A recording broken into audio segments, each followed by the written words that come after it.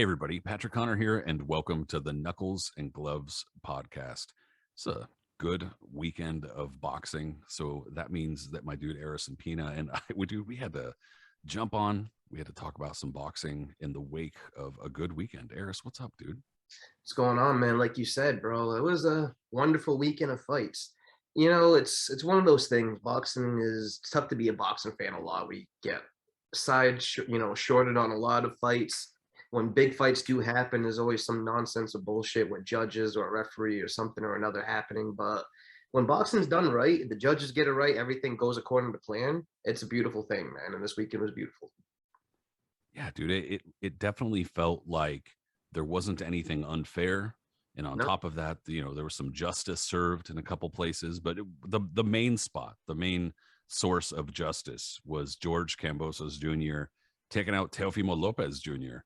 I mean, he didn't quite take him out. He got by him, I suppose. But the whole point is that he took him out, man. He knocked him off the perch, whatever. All this talk that they've been saying lately about the four princes of four kings or whatever the hell they've been trying to compare to the, golden era of the 80s. Does that make him only have three kings now? Is Kambosos another king? Like, how is this going to work out here? Regardless of what it is, Teófimo López came off in the end of 2019 looking like one of the top fighters in the world. People are already elevating him into pound for pound status and all that. And the fact is, this was supposed to be just a routine mandatory for him. The fact that George Kambosos beat him rather convincingly, whether whatever one of the judges tried to tell you or not, regardless, he knocked him right off his perch. This is a huge shakeup in the division and in boxing in general, and that's awesome. I guess I say got by because it was a split decision. It's pretty close. Yeah, it was. I mean, it was, but like I didn't see it. Did you think that was a split decision? Lopez didn't win that fight. Yeah, it was. I didn't think that. I thought that George Kambosos clearly won the fight and clearly outdid Lopez, who, he came on late. He came pretty close to catching up. Absolutely, Very close. it was very very dramatic and very like compelling at the end. But Kambosos, I thought, had a clear edge to at least be deserving of that W. There's no question, dude. George Kambosos got out to a quick start, but not only got off to a quick start, it's not like he got lucky or something like that. He actually was he was outboxing Teófimo López for the vast majority of the fight. He was keeping the correct distance, fighting I mean, I don't want to take too much away from him either, because Lopez did look kind of sluggish from the outset. He did kind of look like he was maybe a little bit off, but that's almost like beside the point, because the point is that Kambosos stayed disciplined. He stuck to his game plan, and he made it happen. Absolutely did. And to add to your point too, Lopez, even though he was a little sluggish, you could tell he was a little off in the fight, especially early on. He was still landing big punches. Like before he got dropped, surprisingly, in the first round, you notice he landed a number of clean right hands on Kambosos and he had landed a lot of flush shots too that would have taken out most other contenders or people in that division. Like, so credit to him, to Kambosos as well, for being able to withstand a lot of that, because he did take a lot of punishment as well. But like you said, man, he kept the proper distance. He kept on using his jab, and he outboxed Lopez for a number of rounds, man. He put it all together. That was his finest moment. And his past fights against other competitors like Lee Selby and others that he's fought, like they've been close fights when people just saying, oh man, he just scraped by, he won the fight, but there's no way he's going to be able to beat a guy like Lopez, because we all saw what Lopez did against Lomachenko, and everybody just kind of figured then he must be some supreme elite talent from that one fight, and kind of based it off that. But then again, look how long it's been since he's had that fight. That was the end of 2019 when they fought. And since that time, this fight has gone through so much crazy shit, from one postponement to another. From when Triller first, won the purse bid for the fight, you already knew something funky was already going to go down from it. And then from there, everything just started falling apart. One thing led to another. This thing happened and that. One guy caught COVID, another one catches COVID. Everything. Triller finally defaults on their purse. They try to land it over here, all kinds of stuff. And then basically the fight gets postponed for the better part of almost an entire year at that point, right? And when And they I know it feels like it was the end of 2019, but it was actually the end of 2020. But it was 2020. Excuse me. Okay. But dude, it's been That's right. Right. Quite the They fought in saga. the pandemic. That's right. I'm so yeah. It was But 2020, not but nah, 2019. dude, you are right to feel that way, because that's the whole that's the whole point, is that this shit has been Jesus. a drawn out, like, straight up Yeah, man. epic That made saga. me like literally forget when they actually fought. It's been so long. Well, and I think that was a really big part of the problem, and also why this was fairly disastrous for Teófimo López. And I'm pretty sure that their post-fight behavior, Teófimo López Jr. and Sr., their post-fight ranting and raving and dumb shit reflects the fact that they understand that this was fairly disastrous, fucking catastrophic for them. Because I mean, like you alluded to, Teófimo López is coming off a win over Masayoshi Nakatani and Richard Comey, both of whom are, Nakatani's undefeated at the time, and Richard Comey, while not undefeated, was on a pretty good run overall and was thought of as a fairly dangerous fight for Teófimo López. He winds up pulling out that fight with an early knockout, because a lot of people were looking forward to that fight, like, oh, it's two younger fighters in the lightweight division going in. Let's try to see what happens. And then Teófimo López just, basically annihilates him, and then looks good, kind of does what Kambosos did to him to Lomachenko. And so I think that there was a lot of people really just behind Teófimo López for a handful of reasons. He's young, he's a new on the scene, he's American, etc. So I think that there was a lot of reasons to get behind him. And then he totally lost his momentum. Like, it's already somewhat annoying that his dad and him are kind of loud and brash, but hey, dude, if you can back it up, it's cool. That's generally, I think, the attitude of boxing fans and shit. But then during the pandemic, and I'm going to try to do this without taking too political a stance, but during the pandemic, both of the Lopez definitely positioned themselves as far as taking a certain stance against vaccines. And then Teófimo López Jr., even despite the fact that before he contracted COVID, specifically said he didn't want to contract COVID because he has asthma. And like, I don't want to do that because it's dangerous. And then gets it because he's, according to him, he kind of hinted in this one interview that he was listening to his dad about the vaccines. And so I got the idea, all right, well, maybe he's just kind of being led down the wrong path. But no, he's kind of tripled down on that since. And then because of that, the fight was postponed because of the Triller nonsense and like the shuffling around of both dates, venues, etc. over the course of months and months. Not only did Teófimo López lose his momentum as a fighter, but he kind of lost like the heart of the fans, dude. Like, I think that a lot of fans just started feeling like, wow, this is like, what are we doing here? Like the Kambosos fight was great coming off of Lomachenko in like 3 months or something like that. Like, all right, you take a little bit of a rest because you had a good run. And then the Kambosos fight is a mandatory and we'll do that. No problem. And then now it wound up turning into a fight like, all right, well, you better get through this guy so we can move on. And instead of doing that, he gets knocked down hard early, and it turns into an epic struggle against a fighter that many people said you need to get through because he's not on your level. And so now, on top of that, because of Teófimo López and all of those shuffling around before the fight, he wound up kind of, in a way, bad-mouthing Top Rank, because Triller wound up putting in a big bid that he was like, oh, well, Top Rank's not paying me that type of shit. And now he's in a poor position where Top Rank's probably looking at them like, oh, shit, he's coming off of a loss and he was bad-mouthing us. Triller's not even in the picture. Who knows what DAZN and Matchroom want out of this? And George Kambosos is... What's that? There's no rematch clause. And because George Kambosos is not with a network, not with a promoter, sitting tall like a motherfucker, like an Aussie king. He's he's with DeBella, isn't he? Is he? Yes. Because I don't know if he has any sort of contract with him, because last night there seemed like a suggestion that Matchroom and Eddie Herm might try to go after him. So maybe there's I'm sure Eddie's going to try to like get his fingers in somehow, but I think lose his promoter. right Well, now. that would be pretty hilarious if that were the case. But either way, he's not, to my knowledge, tied with a network then. So fuck it. No, He's as far as I know, definitely not. So I mean, he can let everything is offers. wide open right now. Yeah, he can let offers come in as he pleases. And Teófimo López, on the other hand, I would imagine that he does not want to make that weight again. Definitely not. I see a move up for him if there's not going to be an immediate rematch. And not only that, everything you just mentioned alluded to, that the other thing too that I think needs to be done for Lopez is that he needs to do a complete overhaul of his corner, of his team, and everything like that. Like, I know he's really close with his dad, and they have We just went over this, you know, like we just had this conversation last week. About Porter and his dad the other day Yeah. too.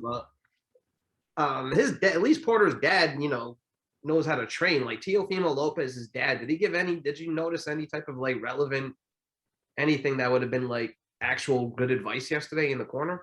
Not really, no. No. Nah, man. Like I think that you're spot on, and a lot of people agree. Even just apart from the training angle, he seems toxic, dude.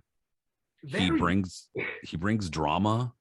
He's like going after Kambosos and his dad and shit in the gym. Like, I mean, I understand that this can. I mean, I know he's a really like passionate dude or whatever, right? But like, he's completely off the wall.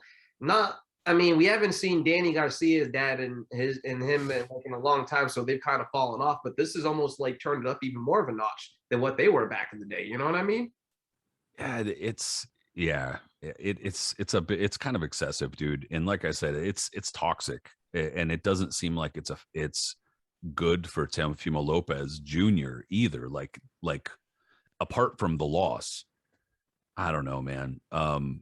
That we'll get to the other sore loser later, but that was not a good look at the end of that fight, man. Like, no, for what dude. it was, that was a very compelling fight, one of the better fights of the year at the end of the year, and a year of many good fights. Tremendous upset, and after everything that was said and done between them and all that other stuff, you know what I mean? You saw, and at that moment, right after the fight ended, you saw that Kambosos was between Lopez's dad and his own dad, and they were like kind of all hugging together. You thought that initially, I thought that when Lopez was going to come up, he was going to give him his props. And Kambosos was almost like he was trying to accept that too, like put his hand out, hey man, we went through bullshit, but I respect you type deal, right? And instead, the very first thing he did, he grabbed it and shook his hand, and he starts going, "Oh no, hey man, I didn't lose this fight. I didn't lose this fight, blah blah blah blah." And then he starts going on, and then he said, "I'm not a sore loser. I take my wins as I take my losses, but I didn't lose this fight." Like, And then you see, it was funny too, because if you watch, you see Kambosos' dad on the side, and he's like laughing and pointing over, like, "Can you get a load of this dude?" type look. You know what I mean? And it was just bad. It was bad. Like, I understand to a degree. Like, I know that he's like really heated. It's his first loss. He didn't expect to lose. This is a big upset for a guy he thought he was going to completely blow over. If I'm not unlike kind of Lomachenko when he lost to him, like the way Lomachenko almost didn't respect him at first and like kind of coasted through it and then let himself get outboxed and let himself like fall behind. And the same way Lopez did. He thought he would blow over him so easily that he kind of like, let himself fall off track before he finally realized, wait a minute, I got to step it up. And then it was a little too late. But I think he was he's in denial. He's in shock. This is the first time he lost. Like, he was really feeling like a supreme on top of the world for a while there. And people were treating him as such, being an undisputed champion before 20 fights and all this other thing, all this other going on, that this is a huge blow to him, not only physically, but like to his ego too. Like, this is hard for him to handle. A guy that he thought he was superior to beat him. And that's the result of it. Yeah, it's really unfortunate, dude, especially because I think that, like I said, after his win over Lomachenko, there were a lot of high hopes for Teófimo López, and a lot of people, I think, wanted to look up to him or believe that. I think that just in general, you want to look up to a fighter or an athlete and believe that they're above. I mean, everybody's human. You want to believe that they're above being human, that they're above making stupid ass emotional statements and stuff like that. But unfortunately, this has kind of developed into something of a pattern for Lopez. That's what sucks. And so you get things like that. I mean, before even the post-fight interview though, like the fight itself, I thought that Lopez even looked just kind of like, again, he looked a little bit off during the fight, but he even like his facial expressions and stuff like that during the fight, it was like misplaced confidence, hubris, whatever, whatever you want to call it. But it was like he was smiling, he was getting his ass kicked and smiling. I mean, Even after when he got dropped, he got up and he was kind of laughing about it, like, "Oh, I got caught, no big deal." yeah, And and I was looking at him; they were like both like smack talking each other at the end of the round by that. But no, that was a legit knockdown. it was almost like at first it was almost like it looked like he was going to acknowledge it, like he was like, all right, you got me, but instead he was kind of like, I guess, shit talking, I don't know. But regardless, he got dropped, and he got dropped hard. He didn't seem hurt, but he got dropped like dramatically, like folded backwards and shit. Yeah, it was one of those like bap, like shot was loud as hell, and then he got like folded fucking backwards. And again, not super hurt, but he got up and it looked bad.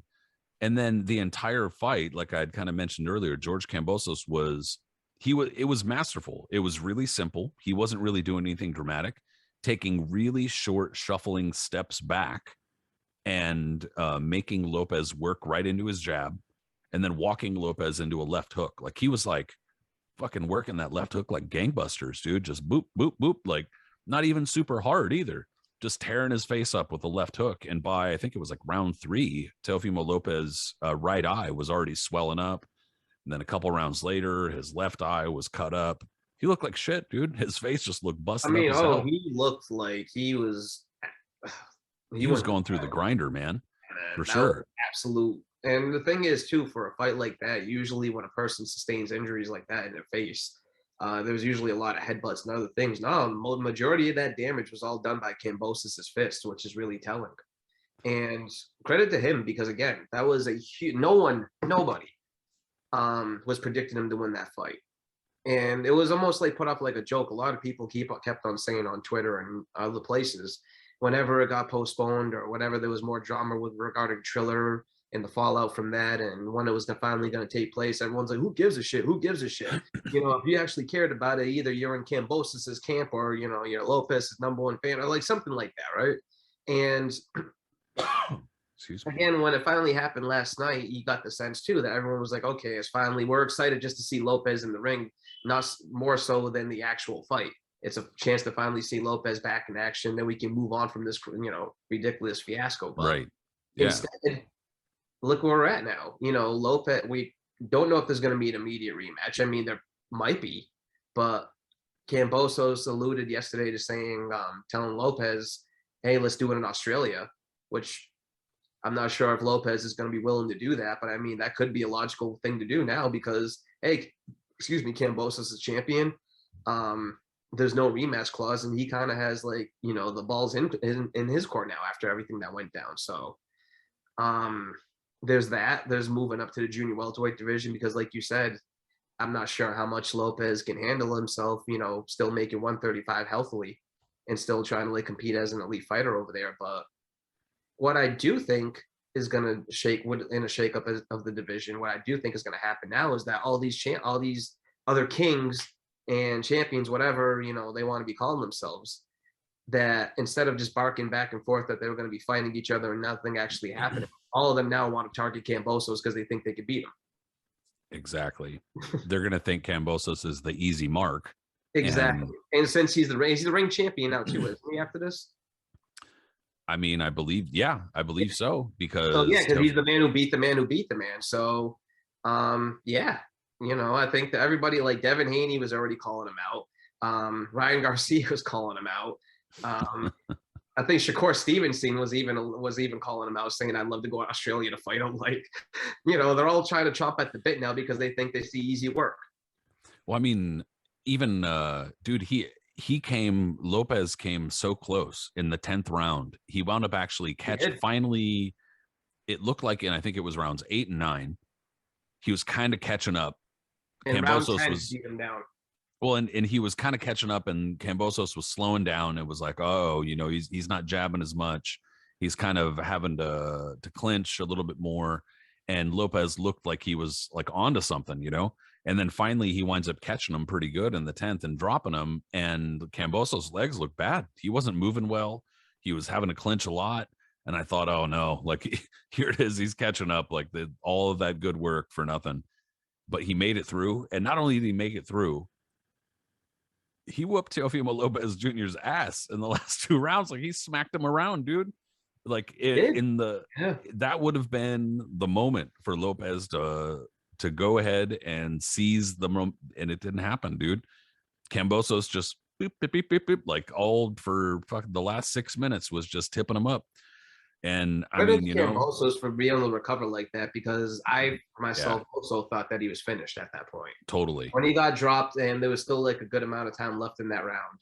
And that was a legit knockdown too. He was tired, he was hurt, and it looked like he was like finally worn out, but Lopez couldn't do anything about it. He got up and flailed away a little bit wildly, but he couldn't finish him. And Kambosos, man, he had some incredible recuperative powers for that matter, because like you said, those last 2 rounds, man, he pasted them, especially round 11 too. The way he came back so well in that round and just really laid a waste on Lopez, just getting pop, chick combinations. And that round 10 was almost like Lopez's last stand, I guess, in terms of like trying to really, bring it back and trying to win the fight. But once he like lost the momentum, that was it. In round 12, the same thing, man. He just pasted him around easy. And that was the exclamation point on a beautiful performance by him. Yeah, I mean, frankly, if they go back and they look at that fight, the Lopez senior and junior, if they go back and look at that fight and truly believe that he won, they're lying to themselves, and that's not going to do him any good as a fighter going forward. Because if they look at that and they think, I won and there's not really much I need to improve or not much I need to change because I won, it's a big mistake, dude. There's a lot he could have done. There's a lot he should have done and didn't do. So yeah, it's unfortunate for him, dude. And I said something about this in a boxing group earlier this morning on Facebook, because somebody said, well, what's going to happen and with Lopez and what are they going to do? And I think they posted a clip from one of the post-fight interviews. And basically I said, what I predict is probably going to happen is that Teófimo López Jr., he might say he wants the rematch. He might temporarily push for it, but I don't think he's going to want to make 135 anymore. And I think that what he's and already last night, one of the quotes that I read was that he said, oh, I made a mistake. I made a mistake leaving Top Rank, or I made a mistake not doing this with Top Rank. Yep, I remember that. Yeah. He said I shouldn't have gone with shouldn't have gone to DAZN. Yeah, shouldn't have gone to DAZN. They got screwed over. I didn't get treated right. All this other stuff. Yeah. Like he was basically, to me, I took that as an apology to Top Rank, and I could totally that's why I said my comment was that I believe what he's probably going to do is he's going to angle for a Josh Taylor fight at 140 pounds. And he's going to say, I was just the undisputed champion and I won that fight. I deserve to win that fight. So I'm going to move up to 140. And so I should get a shot at Josh Taylor. And Bob Arum, as punishment for shitting on Top Rank or for going to Triller and then DAZN, is going to make him wait like 18 months for that fight. And then by then, Josh Taylor is going to be like, fuck that. I don't want to make 140 anymore. Go to 147. And Lopez is never going to get that fight. And it's going to have been a massive waste of time and a big mistake. That's my prediction. I mean, that's like 2 years in the making. So, I mean, hit me back in 2023 to see if it's true. But I think that that's fairly plausible. Bob's been vindictive enough to do that, though. You know that, too. I'm just saying, dude, we know. We know how this shit goes in boxing. Shit gets punished, bro. I always think is that at the end of the day, I love shakeups. I've always do. That's the thing that makes one of the makes the sport go around here is that when there's a big upset and you know that there's like a lot of question marks and open doors after it. Like we mentioned, that happens whenever there's a big upset in the heavyweight division or any other division when like one of the top guys gets knocked off their perch. So no question. It's awesome. You know what I mean? No question, it's exciting, and I can't wait to see what's going to happen with the fallout from this.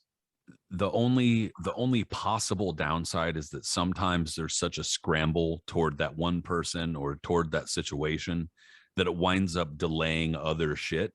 But beyond that, Like, but that's like, I'm not even worried about that. That's like way off and whatever. I'm happy for George Kambosos. I'm happy, like you said, every time there's like a shakeup or an upset, that's good for the sport, dude. It's like it It gets drives a people bunch of talking. It gets a lot of stuff. It's awesome. yeah, it drives a bunch of conversation. It gets people, dude. When George Kambosos arrives home in Australia, it's gonna be fucking. First of all, it's gonna be a day ahead, and toilets swirl the other way. Dude, it's gonna be Simpsons reference. yep. Release cane toads. They'll be fucking wiling out for George Kambosos, and I gotta also give him credit because there's going to be a tendency to focus on Lopez because they're so outlandish and some of the stupid shit they were saying during the post-fight interview. But I got to give Kambosos credit because when Teófimo López Jr. runs up and starts saying, "Oh no, I won that fight," and dropping a bunch of like the train's still going, still lying, something. He was, he's like dropping a bunch. Take over. I don't know. Yeah, right. There you go. Right now, yeah. Still the train, takeover train is something. He's throwing out a bunch of catchphrases. And so George Kambosos just goes, "Take it like a champ, mate. Take it like a champ." And I'm just like, oh, the guy's even being classy as he wins and just telling him to shut up in the most classy way. Like, and he says, let's do it in Australia. We'll get 80,000 people. And I was like, Carl Froch reference. Carl Froch. But fucking no, shit was great though, dude. I mean, yeah. So I was going to ask you about the Australia thing. I mean, I don't really know about the whole attendance and all that shit, but obviously there's going to be a lot of excitement about George Kambosos. I mean, this is huge. This is as probably the biggest win they've had since Horn beat Pacquiao a few years ago, I would say, in terms of big significance. But the fact that he's on the road in New York, nonetheless, in Lopez's backyard is huge. So with that being said, where would you put this significant and historically for like biggest wins in Australian boxing? That is, I mean, that's a pretty good question. I mean, you'd probably just have to go down the list of like who the greatest Australian fighters were, to be frank. Like Johnny Famechon, Jeff Fennick. I mean, even though Jeff Horn is not one of the greatest fighters, especially because the decision was fairly dodgy over Pacquiao. What I was going to say was like, you brought up Jeff Horn, and dude, like you have to just go ahead and go over to Jeff Horn's BoxRec page and look at his record since defeating Manny Pacquiao. And it's like, all right, it doesn't look super impressive, but when you look at his record, you see that it's basically a who's who of like some of the biggest names in Australian boxing right now. Michael Zarafa, Anthony Mundine, and Tim Tszyu. Just those three over 4 fights. It basically spawned a cottage industry. Defeating Manny Pacquiao and then taking the show back to Australia. Basically, I don't want to overstate it because that's kind of like underselling the strength of Australian boxing, which it's underrated. There's actually a pretty healthy scene on in Australia. But that being said, dude, that win over Manny Pacquiao, he was able to bring back kind of like an injection of excitement into Australian boxing. And I would imagine that this win over Kambosos is going to do the same kind of thing. In the grand pantheon of like greatest wins, has to be up near the top. I'm not sure if it's the absolute. Yeah. For me, and this is just my opinion. I mean, everybody, because this is just an opinion question. I don't know if you can, there's like an official ranking of all this, but I'm still gonna say Lionel Rose's huge win over the legendary fighter Harada in Japan, nonetheless, still probably ranks at the top for me for a number of reasons. But Harada obviously being a much more higher caliber champion at the time than Lopez, even though he's undefeated, unified champion. Just the way it is, significance of going over there, beating Harada, who's an absolute legend and one of the greatest Asian fighters in history, let alone just Japanese, carries its own weight the way it is. The number of the fights that he had afterwards, beating Chucho Castillo and causing a riot, other stuff, till finally being stopped by Ruben Oliveira's. And also, too, the significance, I believe, being the first of Aboriginal world champion. So yeah, the first Indigenous Australian world yeah, champion. yeah. Yep. And like that, and yeah, and also defeating a great Japanese fighter. I mean, that's probably, if not the best, it's like number two, like at worst. So that's pretty damn good. And I would have to say that this is probably like a couple steps behind that. And not to downplay George Kambosos or the win at all. It's just that Teófimo López, the main draw to his record is defeating Vasily Lomachenko, which is a very good win, but still needs some historical context. For all we know, Lomachenko goes on and looks like absolute dog shit in his next fight, and then never picks it back up from there, and so that makes it kind of tricky to figure Or out. Lopez just never recovers from this. Yeah, or just or petters both. off alters, Yeah, or neither of them do. In which case, it makes it kind of difficult to assess what that win is actually worth. Again, not to get too technical about it, not to downplay it, but for now, it's a really good win. It's going to be. Yeah, he's huge, man. He's right now Kambosos and my popularity level from this win back in Australia. He's no question. Horn. He was what Horn was after beating Pacquiao. He's what Jeff Fenech was after, in his heyday. Yeah, he's definitely up there. And I guess that even though it was slightly complicated, Kostya Tszyu was definitely accepted as Australian. Oh no, for sure, absolutely. I didn't mention him because of like originally being for Russia and all that, but like for sure, he's and I think Johnny Famechon too. I think Johnny Famechon's French, but like kind of accepted. Yes. Yeah, you're right. Yeah. His brother Ray. Mm-hmm. But well, in any case, no, totally. But yeah, in the whole of like things like that, you'd have to mention when you add Tszyu in there. You have to mention then like Tszyu going over and absolutely just flatlining Zab Judah and other fights like that too. But there's a lot of cool history. Jeff Harding's another guy that we mentioned before on the show. That's always been a lot of fun. Harding was one of those type of guys that like it seemed like you just want to go out and grab a beer with him. Because by all accounts, that's all he did, just kind of hang out on the beach and just get drunk a lot. It just happened to like the fight. It was tough as nails. So, they have a rich history, and Kambosos just added to it. And it's awesome. Yeah, man, you have to be happy, at least in my opinion. You have to be happy for Kambosos. And like I kind of alluded to, man, it just felt like karma. It honestly felt like the way that Teófimo López Jr. and Senior were acting. It's just tough to defend, dude. And I mean, I don't want to get too far into this either because they're allegations and nothing more for now. But, with Raleigh Romero being accused of some pretty icky things, not very long after the accusation, Teófimo López Jr. went on social media with some weird little interview of him where they're talking about, the accusations are bullshit and all this type of shit. Oh yeah, they had a fun buddy interview. They were like a very bad look, dude. Just a really icky, stupid, bad look. So that just adds another layer of like justice or karma to this. And so you got to just be happy for George Kambosos apart from that, because he's like a nice dude. Got to be happy for him. And he's come through a lot, man. He was struggling through a lot of things. I know he had a couple right. Yeah, that's right. Things he had to deal with, like and he lives on the other side of the world. With all of the like, how difficult must it be for him to be dealing with this while living in Australia and trying to travel back here and go? Yeah, how many times did he get fucking yanked around with this? Because he was the B-side and nobody gave a shit, and so they were just like, all right, back and forth. But poor, he went through all kinds of stuff, man. He really went through the ringer on this. So what exactly? This is karma. This is good justice that he finally wins it all.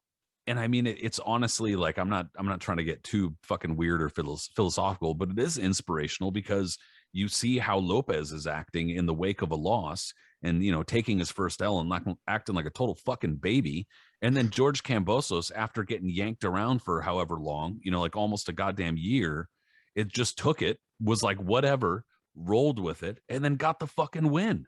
Yeah. Like, goddamn, dude, fuck it. You know what I'm saying? Like you gotta root for somebody who rolls with it and comes through, dude. Fuck.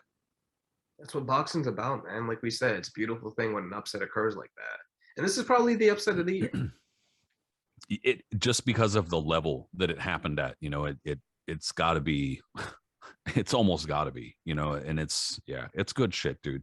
I wish that it would have had, and I mean, this is just kind of also a recurring theme with high level fight cards in general. I wish it had a little bit better support on the DAZN card, but that's just kind of the way the world works. But Kenichi Ogawa, 130-pound, you wound up picking up the vacant. Which one was it? IBF.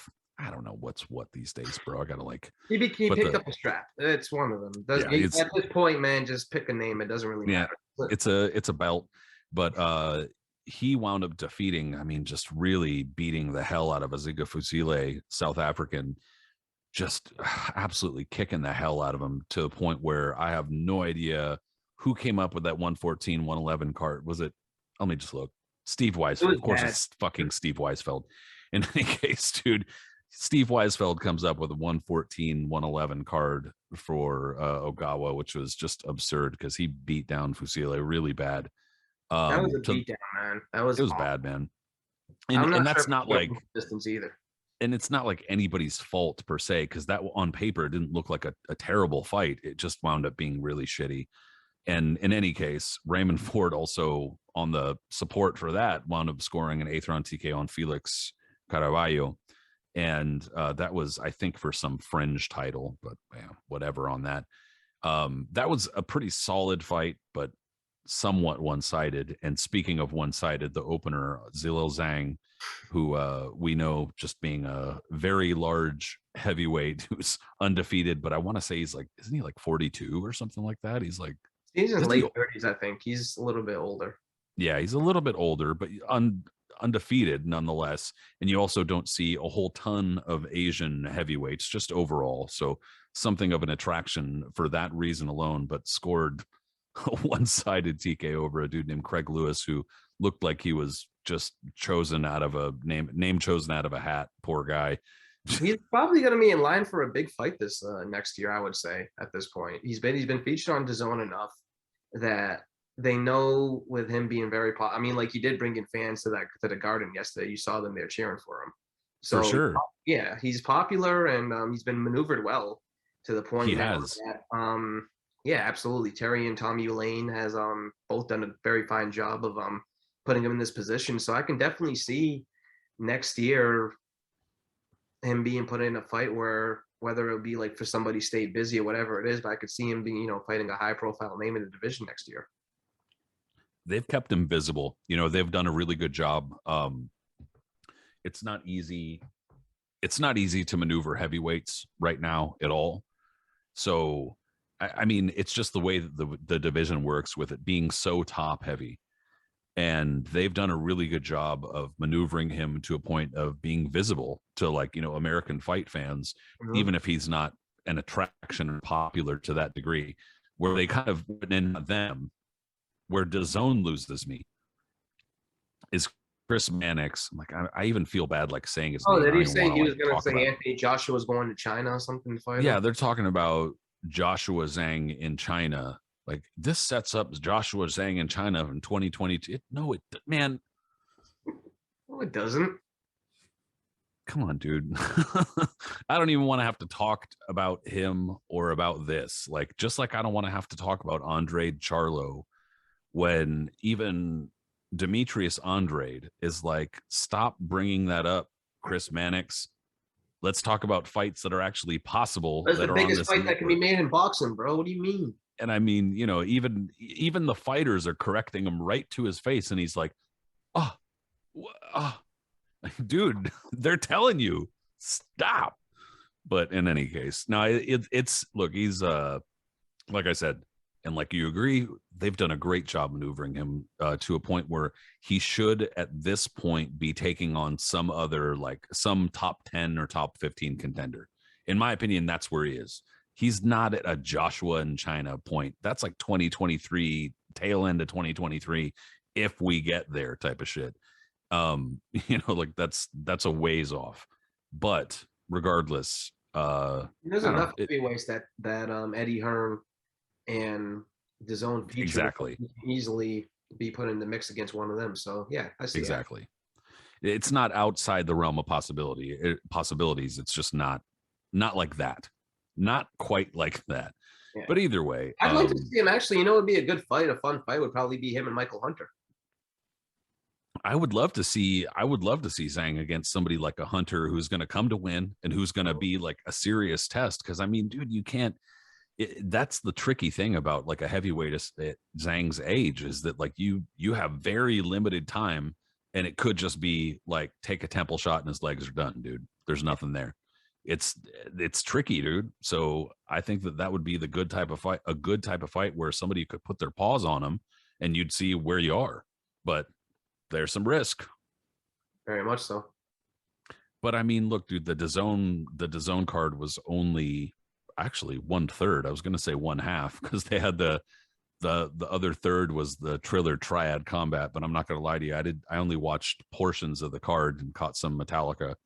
But Yeah, regardless, I saw somebody get really beat up, and I caught the replay of Frank Mir just getting stiff. That was brutal. That was brutal. I don't know what the hell that referee was thinking, but not like it makes me Nostradamus or anything, but I did call that pretty hardcore beforehand, because I didn't know too much about where some of these other fighters were in their career. But I was like, I've seen Frank Mir like 10 years ago and he was pretty washed. And I already know that Kubrat Pulev did not look nearly that washed. That fool's going to hurt him. And that's exactly, oh my God, he almost died. Dan Murgliata, the referee, he almost looked like he was about to let it go. And he tried to, and that's why Pulev stopped. And there was like, yo, he finally looked at the referee, like, do something before I have to like really hurt this guy. And that's when he stopped it. And he's like, okay. Yeah, I almost had to Glad hear. He showed that restraint. Almost had to hear fucking Shannon Briggs shouting, "No, champ! No, champ! Yeah, don't kill him, champ." Yeah, would have been awful. Don't do it, champ! Don't do it. Yeah. Oh man. But yeah. So yeah, I didn't really watch these guys, man. Is that sometimes what it is? Is that a lot of these washed MMA dudes, right? They'll get into the ring, and sometimes they get carried, and then that gives them like a false sense that they can hang with actual boxers, get back in there again, and then they get seriously hurt. Well, and on top of that, dude, I think that someone might have misunderstood where, especially at heavyweight, where it's like you fight somebody who's like top 75, and that might be someone who the average person off their street could totally knock out. You fight somebody who's top 10, you're getting fucking shithoused.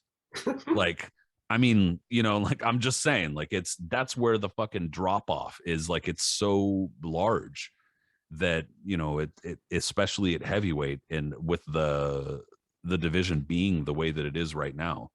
And so I mean, like man, poor guy. So Kubrat Pulev, while obviously not somebody who you'd expect to win a world title or something in boxing, is not so washed or so used up or so damaged, whatever you want to call it, so old that you put him in a slightly other sport where it's like, big fish and small pond status. And look at him, dude. They gave him some weird looking kind of fabric belt or something that was all Velcro-y looking and shit.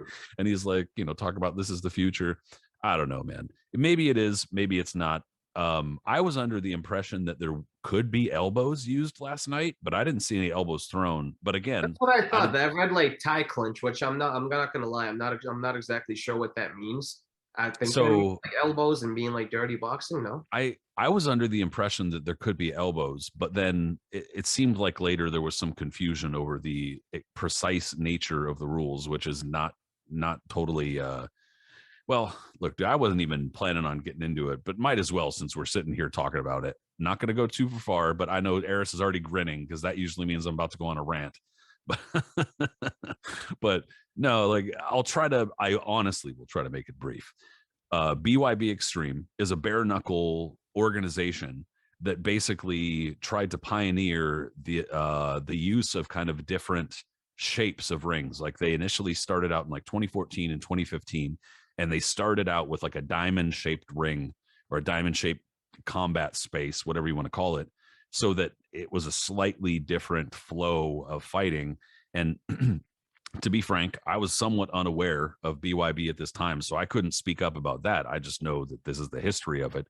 And then in the last maybe 2 or 3 years, they have come out with the Mighty Trigon, which is a triangle shaped fighting space where like that's kind of the sell of it, is that the corners aren't as wide, so they're more difficult to maneuver out of or turn somebody, and therefore the fighters would be forced to fight each other.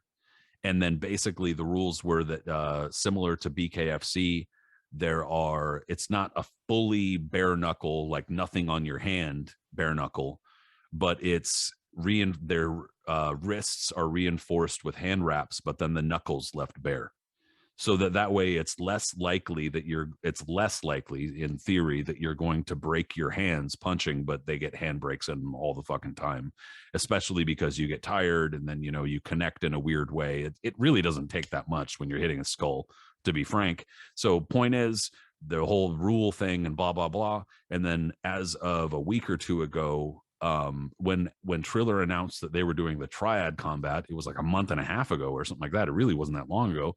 And then it probably took a little bit for BYB Extreme to get their ducks in a row legally. And then they said that they were going to sue Triller. So they're actually in the midst of a lawsuit. I'm a little bit surprised that like an injunction or some sort of restraining order wasn't issued so that they didn't put that show on last night. But my guess is that they had a little bit too much on the line with Metallica, and they'd put a lot of money into it, and that BYB probably just couldn't get to that point at the fucking last minute. But either way, a number of people who were in like the bare knuckle community and the MMA community in particular noted that Triller's totally biting off of the fucking the triangle idea. Some people are kind of like, well, it's absurd for either of them, so who gives a shit? I don't know. I don't have an answer for that, I guess. If you think it's absurd, I'm not going to argue with you. But regardless, that's the kind of drama behind the whole triangle shit and why it was somewhat awkward. I really did not see very many people on my social media timelines talking about it, period, to be honest. It's two big cards on Showtime and DAZN, man. Yeah. No one was worried about triangle boxing. No, and on top of that, I think that specifically from the boxing community, there just weren't enough recognizable boxers on the card for people to care. Like there was a Gigliotti and there was Pulev, and for the and Brian Vera, but everybody knows Brian Vera was like, with all due respect, that fool was pretty much out in like 2013.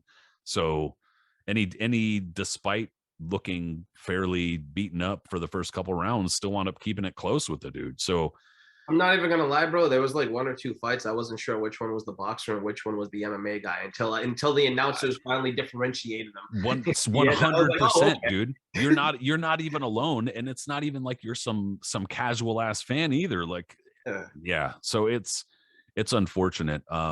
It looked like I suppose, were trying to make stars of Kubrat Pulev, and I'm sorry, I forgot her name, the young lady who won and who was who won. I think it was in the second fight. It looked like they were trying to kind of center the attention on her, like as if they're trying to move forward and feature these people on other triad combat cards. But whatever, dude.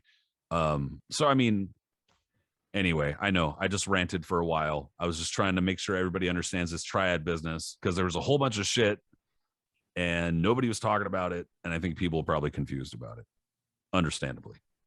But the main focus, apart from George Kambosos' win over Teófimo López, which was massive, the fight of the night nonetheless, in terms of action, was unquestionably Stephen Fulton's win over Brandon Figueroa. I mean, holy shit, dude. It was a punch fest. It was, as we had kind of noted, talking about it not on the show, it was a good style matchup going in, which those kinds of style matchups almost always are the kind of like boxer / boxer puncher versus swarming kind of bruising type of guy. That's just a good style matchup, and wound up being a ridiculously fun fight, dude. You said it, man. That shit was awesome. And that's what you get. You get two undefeated young fighters, both of them champions, both of them supremely confident, both of them at the peak of their powers right now. Both of them think that they can't be defeated. They're putting their O's on the line, which is very rare in this day and age. It doesn't happen often where you get two guys, both young undefeated champions. They're more inclined to talk on Twitter and threaten to fight each other in the ring after a fight and argue, as opposed to actually getting into it. But credit to Brandon Figueroa and Stephen Fulton for actually getting in there and, you know, throwing down. It was a unification fight, and it fits in perfectly with the great junior featherweight wars of the past. Got fights like, you know, Barrera Morales, Barrera McKinney, Lupe Pintor, Wilfredo Gomez, list goes on and on and on. So yeah, it was a perfect clash of styles. Like Figueroa is a come forward guy, just puts tremendous pressure on you, just wails away, kind of wears you down and eventually stops you. Takes punishment along the way, but at the same time, the guy is just relentless and very big for the weight and just beats you down. It's hard to keep a guy like that off him because he doesn't really get hurt, and is, as opposed to being like a one punch knockout artist, which he's not. Like, he's a hard puncher and he's a heavy handed fighter, and he just wears you the hell down after a while. Taking that, trying to take that pressure for 5-6 rounds will wear you out, and before you know it, you just get stomped to a pulp. And Fulton is one of those guys that, as fluid and beautiful boxer as he is, he's not afraid to stand in the pocket and go there and go to war. He's a Philly fighter at heart. So that's exactly what it was, is that, like, even though he was having success early on and piecing Figueroa up, you knew eventually he was going to have to stand and start trading. And pretty soon we got trench warfare, and that's when it just became awesome. And it was Brennan Figueroa. Like, I tweeted this last night, but I think that it's worth repeating here. It was pretty inspiring shit from both fighters, because Brandon Figueroa just supplies nonstop pressure. He just does not stop coming forward. He does not stop throwing. You know, he doesn't stop like pushing and shoving and like just trying to like bully the shit out of fighters, out of his opponents. And then Stephen Fulton just showed some serious dog. Like, it was like every time he was getting pushed back, and, you know, it was like every time it looked as though Brandon Figueroa was starting to pull ahead or starting to kind of beat him down a little bit, he'd roar back and show, like, you know, I'm still here, dude. I'm not done. I'm not going to wilt like that. And it just showed incredible resolve on his part. And then it almost looked in a few spots where I don't think he ever really hurt Figueroa, but like almost like he was overwhelming Figueroa. Like, Figueroa was like covering up, like, oh shit, you know. And I mean, personally, I thought that Brandon Figueroa probably deserved the win fairly close, but I have no problem with Stephen Fulton getting the close victory. And I mean, it was an incredible fight. It was really a very, very good fight. And it exceeded expectations.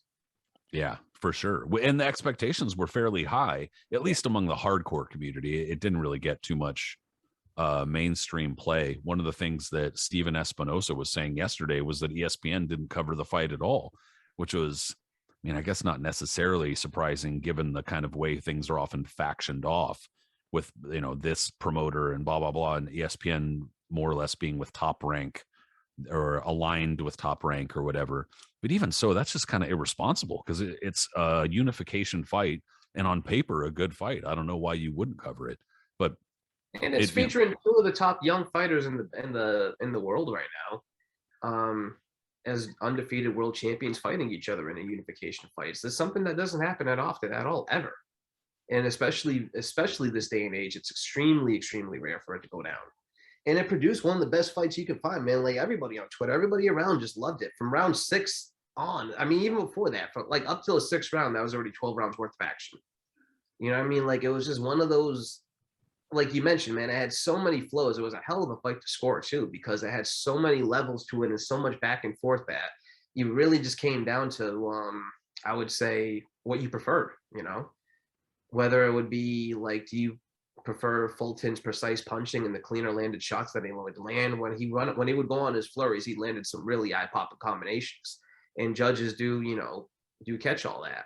Or would you prefer Figueroa's like nonstop pressure, because after looking like he was going to like lose around and getting outboxed a little bit, he would turn it on and then trap Fulton in the corner and just wail away. And a lot of those body shots that were landing were really heavy uppercuts, and a couple of times it looked like Fulton was about to fold. I thought so for a few times at least. And then he would come back too, just to like pull it out at the end, man. It was really, really, I'm glad I wasn't a judge for that fight or working it or whatever, because that was really, really tough fight to score. Yeah, I think that it was what made it fairly convincing beyond the aggression and the pressure that Figueroa was applying was that when he was landing punches, a lot of the time they just looked more dramatic.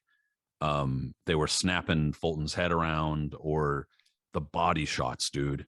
Man, he was throwing just some crippling body shots, and I mean that in the least derogatory way possible. That the shit he was throwing was just brutal, and Oh like no, they'll tear you insides up. Absolutely. just I brutal. was And he doubling was like, over watching it a couple of times. You see a couple of them, I'm just like, ooh, like no, nah. Mm-mm. yeah, that in that kind of stuff. I mean, I feel as though body shots often get kind of undersold on the cards, and often kind Absolutely.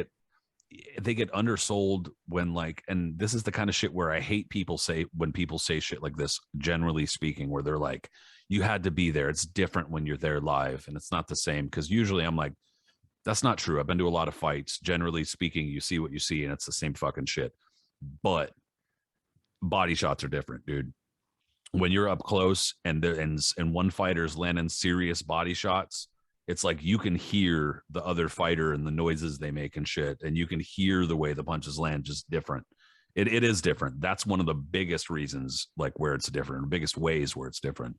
And Figueroa was landing some just absolutely nasty, disgusting body work. Um, I mean, yeah, I really thought for a couple of times I'm watching it, and you would watch the fight, and you would think to yourself that I'm like, oh no, this is like when Fulton was gonna like. It had a couple of vibes to me. I'm not trying to get like super context, but like you can go like Cotto Margarito, for example, like their first fight when like Cotto was outboxing him and then just finally got beat down at Fulton at the yeah, end.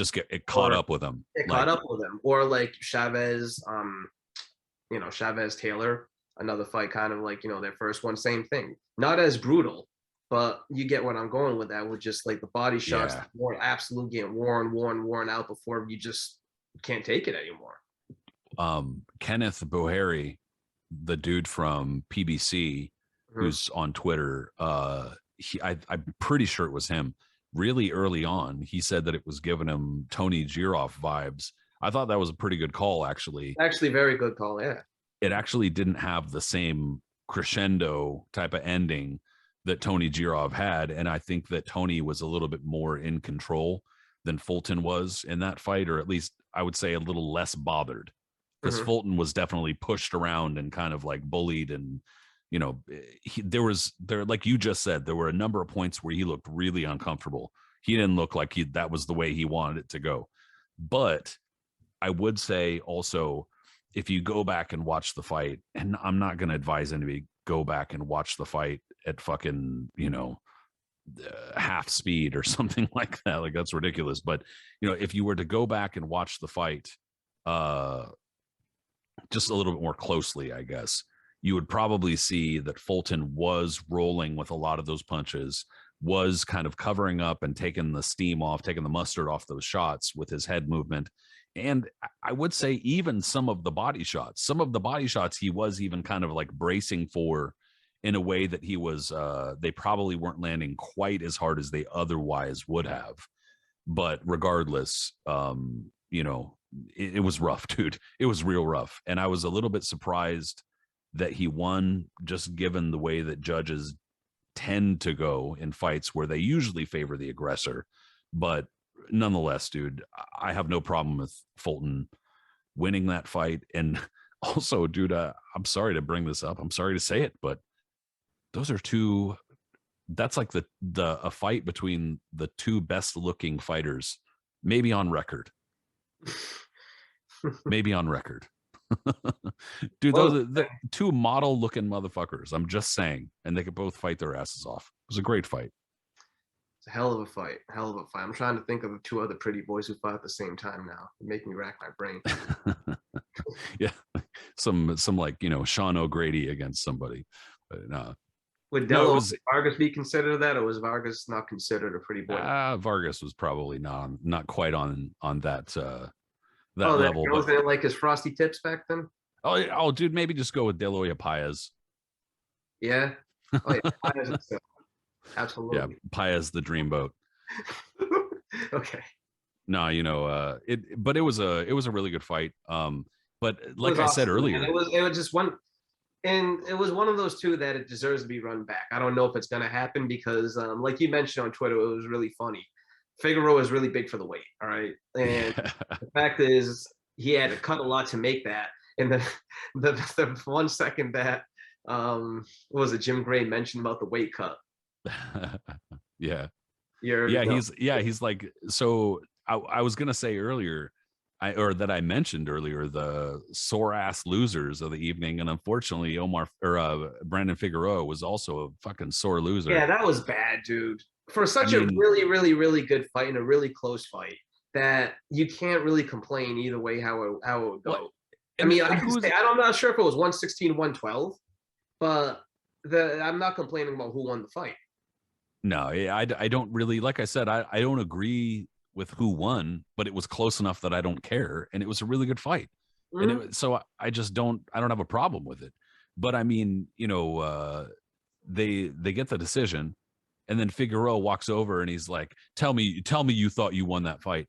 And I'm thinking in my head, look, and this is something that I think after every fight, dude, not just last night, after every major fight. And somebody's like, oh, they didn't say that they lost. They didn't admit they lost. Bro, stop expecting athletes to believe they're not the best. Period. You Yeah. are not going to be a high level athlete if you don't always believe you're the best, bro. Like that's just not that's how it is. And so if you expect a fighter or any other athlete to after their competition go, yeah, I'm not that good, it's not going to fucking happen. They Well, no, always no, bro, thought they you deserve to won. win this fight. I'm sorry. I don't Yeah, know why I got this decision. Yeah, that no, shit's you're right, rare. right. It's happened like twice on record. Like that shit's like Even I never can't even happens. recall when that's ever happened. Yeah, and I couldn't even tell you. So the point is, people are getting all weird about it, but that should be kind of expected. But it was just the way that he went about it was just kind of lame. And so then he goes up and he's like, yeah, tell me you thought you won. And Fulton's just like, hey, dude, it was a close fight. Like, what do you want? He was being real. He was like, it's a close fight. What do He you was want like, me I to hurt you do? like 5 or 6 different times. I hurt you like 5 or 6 different times. That's the thing, though, again, that we just mentioned before. The thing is that, like you mentioned, body punches, as many as he landed, as much of aggression that he showed, it's very rarely um, gets credit over, and in terms of judges, very rarely gets credit over like clean, really, really clean headshots. Yep. Like the eye-catching shots that you see that Fulton was landing a lot. Yeah. And I'm not saying I agree with it. It's just that's often how it goes on the cards. But then he's talking to they finally get Brandon Figueroa alone, and which was super awkward, by the way, because they panned over to Figueroa's family, and half of them are like all distraught and pissed off looking, and then like I guess his mom or whoever it is like to the camera, she's like posing to the camera and shit, and I'm like, all right, this is really awkward, dude. But they're getting Brandon Figueroa on the mic and he's talking to him like, all right, what do we do now? Are we gonna, and he went from let's do the rematch, we'll fight tomorrow, to yeah, I mean, I guess we'll do a rematch. I don't know, I'm not sure I want a rematch. He literally, like, within seconds, Jim Gray's like, yeah, so you're gonna have to make the weight again too. And he's like, oh yeah, yeah. And Jim Gray's like, so you're gonna, so maybe move up a division. And he's like, yeah.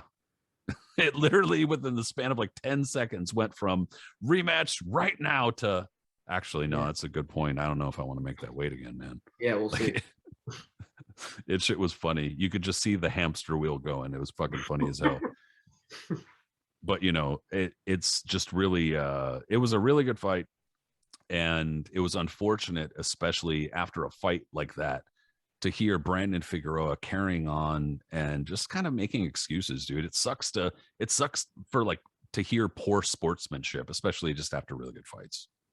It always does, but then, like I mentioned with Lopez, it's another guy that undefeated, young, thinks he's unbeatable. It's a close fight, and he feels because it's a close fight and he just lost it, that there's no way that he actually lost that fight.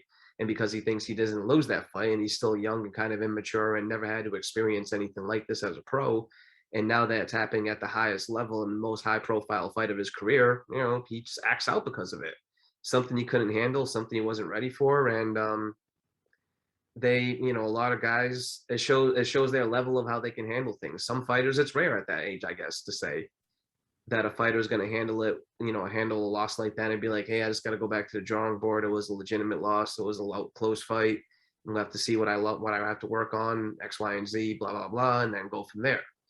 Usually you get responses like what you just saw here with Figueroa or Lopez, or even more extreme than what you got with Zab Judah 20 years ago. This is what happens when young fighters. When you suffer your first loss, you're going through a lot of emotion, man, a lot of experiences, never experienced anything like this as a pro, and who knows what's going through your head at that point. I'm not saying that that's justified for these guys to be acting like this, because no, it's still goofy and puts you in a bad light, but I'm just saying this is probably, a good reason why all this is usually happening. I think that's actually a really good point, and that's a good point bringing up Zab Judah too, because we're talking about Kosazu earlier and brought up the Judah win, and a lot of people forget that like that was a big thing when it happened. That was a big issue. The Zab Judah going after Jane 80, and it's not even caught on the Showtime broadcast, but he threw his stool at Jane 80 too. Like I remember that. Yeah, after it was caught on some photos. I don't know if it's around now, but so Kosazu, quote unquote, gets his ass kicked in the first round. That was kind of the narrative that like, oh, he got lucky with a punch after getting his ass kicked for 2 rounds. When, I mean, whatever, I'm not going to argue much, but you could clearly see him dialing in with the right hand in the last like half of round 2. Finally clips him with a massive, right hand right on the button as Zab Judah's moving out in a really awkward way. And then Judah, famous knockdown, gets up, fall down, gets up, fall down. Jane 80 waves it off, and Zab Judah goes over and starts trying to choke him. And then after that, when Yoel Judah pulls Zab off, Zab ran back to his corner and flung a stool at Jane 80. And he wound up getting fined and suspended for, I think, a year for that shit. And it was a big thing because it was like, everybody's waiting for Zab Judah to come back after his suspension and shit. And yeah, dude, that was, I think that's a pretty good point, that a lot of young fighters who are just, I guess, in a position where they've never had to lose or have never had to react in a way like, at that level, or had to accept an L like that and don't know how to react. It's like they lash out.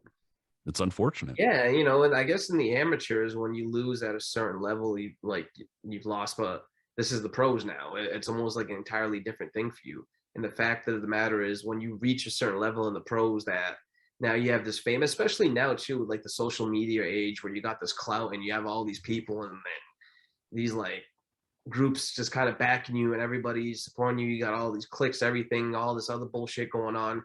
You're on top of the world. You feel amazing. You're always there. You can't be beat. And then when it finally happens to you, it's an absolute shock because you don't think it's going to happen. And, you just, because of that and the shock of it, and still you being a young person who doesn't know how to react to anything like this at this type of level ever, and you're all embarrassed and hurt and shook and don't know what to think, and you're just confused by the whole situation and don't know what's happening there, you just lose your mind. Luckily most people don't react the way Zab did, because that was a very, very like intense way to do it. But most people are going to lash out just like, I didn't lose this fight. There's no way I lost this fight. I couldn't have lost this fight. Well, let's run it back. Let's run it back right now. There's no way. What are you telling me right now? You watched it. Everybody saw it. Everybody knows I won. Oh, like I can't lose. You legitimately lost. And then after like a few days of reflection, then they realize, hey man, you're looking like a jackass out there. You need to like do some damage control. They'll get back on, hey, credit to so-and-so. I'll come back stronger next time. Yeah, dude, it's really, it's unfortunate to like, I guess, I feel for a lot of the fighters, because it's almost like a celebrity kid growing up in the limelight. Yeah. Where you're having to see somebody develop and having to learn a really important life lesson in real time in front of the cameras as, they're rolling. And that's tough because, I'm happy that cameras weren't rolling for all my fucking life, because there's a lot of instances where I acted like a massive douchebag or did the wrong thing. But we get to see that with a lot of these fighters. So you do kind of have to take that into consideration. But that being said, we do also see how a lot of the other fighters do react, that there are a lot of really good sports. So, Very much so. They do have to be held to some kind of standard, or if they are compared, it's fair. It's not unfair to compare. That's why I So said you can tell with the maturity levels of people because some right. fighters, after they suffer their first defeat, they take it in stride. Look at Sugar Ray Leonard's a perfect example of that. Look at a guy. If anyone was on top of the world, it was Sugar Ray in 1980 when he fought Duran the first time. And not to say this was more of a pick'em fight than what would be like a massive upset considered, but still, Leonard losing that fight, and a guy that taunted and fucked with him, did all these other Yeah. things, and Serious L. yeah, serious L and because he fought the way he fought and everything like that, and then Duran being dismissive with him, he didn't look how he reacted. Took it well, said, you know what, it's a lot, but it was really cool in the interviews, very respected. All this other stuff, and made I think he put himself in an even better light with the media before his eventual rematch. So Yeah, no question, dude. There's I guess no absolute right way, and it's kind of easy for us to sit back and say how fighters should react and stuff like that. But either way, we're free to judge, and we will. Um, but the rest of the Showtime card was actually it was pretty good, at least in terms of competitive fights. So I mean, I can't fault it there. The other two fights weren't nearly as entertaining, though. But one thing I did want to note was that you don't really see majority decisions that often, period. And then it's like particularly rare to see. them, right? It had 3 majority decisions in a row, dude. Like the main card, it had Gary Antonio Russell. So wait, how many Gary Russells are there? There's like 4, right? Aren't there? Gary Russell, there's Gary Antonio, there's Gary, and yeah, I think there might there's be about 3. 4, so 3 or 4, yeah. I think there's 3, and then the other son is named something else. But in any case, one of the Gary Russells, this is Gary Antonio Russell, the undefeated. He was 17-0. He wound up getting by a dude named Alejandro Santiago by majority decision. He had a hell of a time. I saw some people feel that they thought that Russell did not win that fight. But like I said, he had a hell of a time dealing with Santiago's style and pressure. And Rais Alim wound up getting a majority decision over Eduardo Baez, who, again, they both had a fair amount of trouble in these fights. But it's just really rare to see 3 majority decisions in a row. You just don't see that shit. I can't recall a card ever like that before.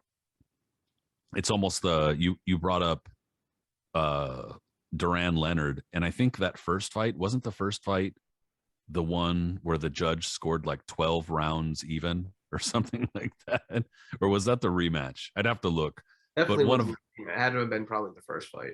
It was well, I guess it couldn't have been the rematch, but it was one of those fights around that time had a judge that scored like some crazy amount of the rounds even, and so you look at the score and it's like 141 to 140 or some shit like that. Yeah, like something crazy. Oh, but because anyway, he messed up how he tabulated it too. I remember there was one. Yeah. Well, there was one card back then where it was Lupe Pintor against Carlos Zarate, and I think one of the judges was tabulating the scores of it, and I think he was doing it like the old way until he realized his mistake, and so he just kind of doubled up on his scores instead of like 5-4. It was like doing supposed to be 10-9 or something. So he just kind of like. He added up and then tried to fix it. Yeah. Yeah. And then he made an absolute ridiculous score out of it, like 140 something to like, I don't know what it was, but it was insane. Yeah. Awkward for the announcer to go ahead and but that's, it was a very solid card, but I guess that headed off by Fulton Figueroa, the other 2 fights look like shite in comparison. That was a really fun night of boxing overall. And there's another fun weekend looking ahead too. That's actually going to add to the drama of what to the drama, I guess, of what happened with Lopez Kambosos, because you have Tank Davis, I believe, is in action this weekend, right? This coming weekend. Yeah, it was December 4th or 5th. I'd have to look at the calendar. I think it's the Saturday. And then that's the same night that Jojo Diaz is fighting Devin Haney, isn't it?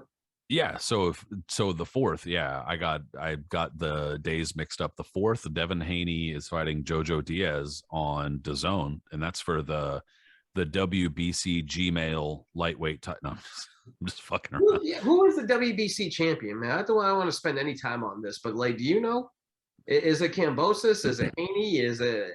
Dude, I have 100% turned into one of those grumpy ass, I don't give a shit about the alphabet people, because it's too difficult for me to follow, because there are some divisions where, so all right, we've obviously gotten to a point now where it's not just WBA, WBC, and IBF.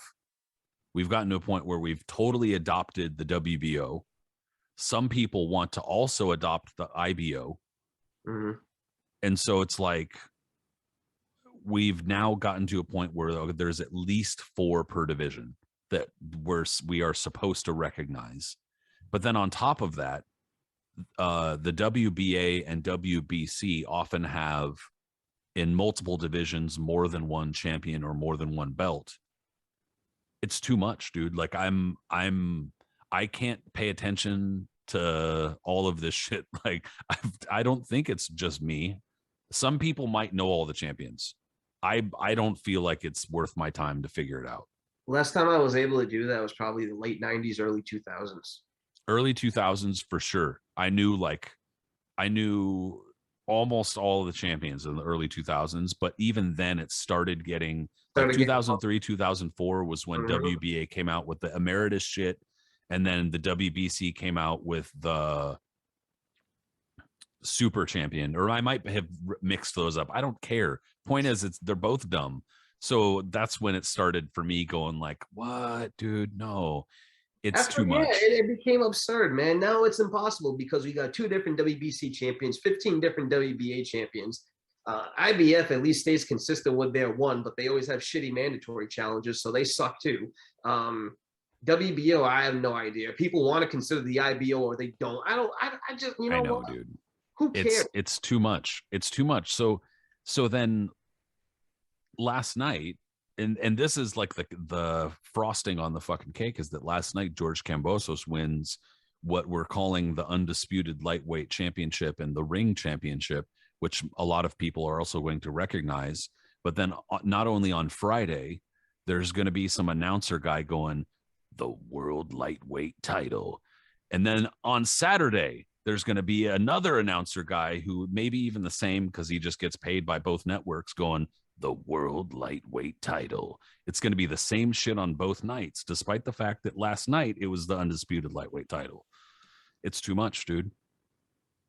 It's too much. Boxing for you. So, you know, but every regardless, weekend that we have enjoying stuff like that, we got to deal with headache shit like this. Well, and so I guess the only solution, and I guess that's kind of what I've done, is just been like, fuck this, bro. I'm not gonna buy into calling this a title fight and call that a title fight. They're good fights, dude. Gervonta Davis versus Isaac Cruz is actually a very good replacement fight for, you know, I mean, like it would have been, I think, more fun to see Raleigh Romero finish out the trash talk, as dumb as it was, and then kind of get served. I mean, because a lot of us, that's what we expected to happen. But for a replacement, Isaac Cruz is actually a pretty good replacement. And then Devin Haney, Jojo Diaz is a very good fight. So these are good fights. I'm looking forward to both fights, definitely. Yeah, independent of the title shit. And if it works out that the winner of like Jojo Diaz and Devin Haney can fight Kambosos for full-fledged whatever super duper WBC champion of the world or whatever they want to call it, then sure. If Tank can finally get in there, if Ryan Garcia can finally come back next year, full healthy mentally and physically, and be able to finally get in the mix, then, you know, everything will be good. Yeah, I don't know what to make about what Ryan Garcia is up to, because I'd love to see him back in the mix, but he doesn't really seem to know what he is doing either. So I'd love to see him just, you know, focused. Oh, Kambosos last I saw it, but so is everybody else. So yeah, I don't even know if I should take that serious. And then that's not to trash talk him either, but he needs to figure out what it is he wants and go 100% in that direction. Sure, yeah, he needs to get back in the ring before anything. Before he can even be a factor, he needs to be back in the ring, because everybody else has at least fought since then. Totally. Yeah, no, I don't think there's any question, dude. I think that if you put I think that I'm not saying Kambosos would beat him, but I'm saying that if he were to go not 100% focused or not focused into a fight with George Kambosos, I think we've already seen that if you give Kambosos that opportunity, he's going to take it. Yep. So that would be dumb. That would be a bad decision on Ryan Garcia's part. But no, it was a good shakeup of the lightweight division. And like you opened up saying, dude, everybody's talking about the 4 princes, kings, queens, aces, whatever. I don't know what we're talking about, but the point is that's not what it was. We clearly see now that that's not what it was. And the shakeup is good, dude. It is, man. Next week we'll answer some more questions and then we can just move on from there. But it's been an awesome month. It's been a pretty awesome year for boxing considering everything that's gone down. And this just really added to it more or less, you know what I mean? And with these fights, I can't wait to see, because all these guys are obviously not going to be fighting by the end of the year now or anything like that. So I can't wait to see what they do in the first half of next year. Yeah, dude, I'm kind of curious myself to see what's going to happen. Not to be all dystopian or cynical or pessimistic, but it does look like we're probably going to be headed for another COVID wave or a different strain headed our way. So who knows what that means as far as being able to put on events. I mean, so that could kind of change. But I guess the good thing is that there was quite a bit of development as far as being able to stream fights live and stuff like that and not have to do it in front of a big audience. And the fact that they figured out how to do that a little bit better is really good. But I am eager to see what's going to happen because it looks like there are some other players trying to get into the mix. You know, there's a lot of opportunity in boxing right now. And there's been a conversation going on about, like, for instance, our dude, Adam Abramovitz, he said the other day on Twitter that he thought there could be a lot of paring down by PBC and some other stables, that they're featuring too many fighters. And I think that what that often winds up leading to is that other outlets could wind up popping up to feature these fighters. And that's kind of what it sounds like is going to happen in 2022. And I don't know. I guess more boxing overall is more access to boxing just is better for the fans. Totally couldn't agree more. Well, dude, I appreciate you hopping on, doing a next day recap with me, man. It's good night of boxing. Dude, man, it's always a blast doing these things. I was really excited after the fights last night, man, and I'm glad that we have a chance to like put it out there. For sure, dude. It's always nice to kind of like strike while the iron is hot, because that shit was good. Shit was real good. But like we said, there's a lot of good stuff coming up this week. We'll probably try to get together and preview that. And I mean, we have a lot of shit to kind of like got like a lot of true crime episode ideas. And it's like we almost got to just get organized so that we can do them. But we'll try to preview some shit later on this week too. In the meanwhile, if you are on social media, for instance, like Twitter, follow my dude Aris Pina at Punch Zone Aris. Follow me, Patrick Connor, at Patrick M. Connor. You can also find us on YouTube, or if you've watched us already, go ahead and subscribe. Very much appreciated if you do that. But you can also find us, of course, on the usual podcast apps and subscribe there. Give us a rating, helpful as well. And on Facebook, Instagram, blah, blah, blah. Aris, we'll talk soon, bro. Absolutely, man. A blast. All right, everybody, take it easy. Later.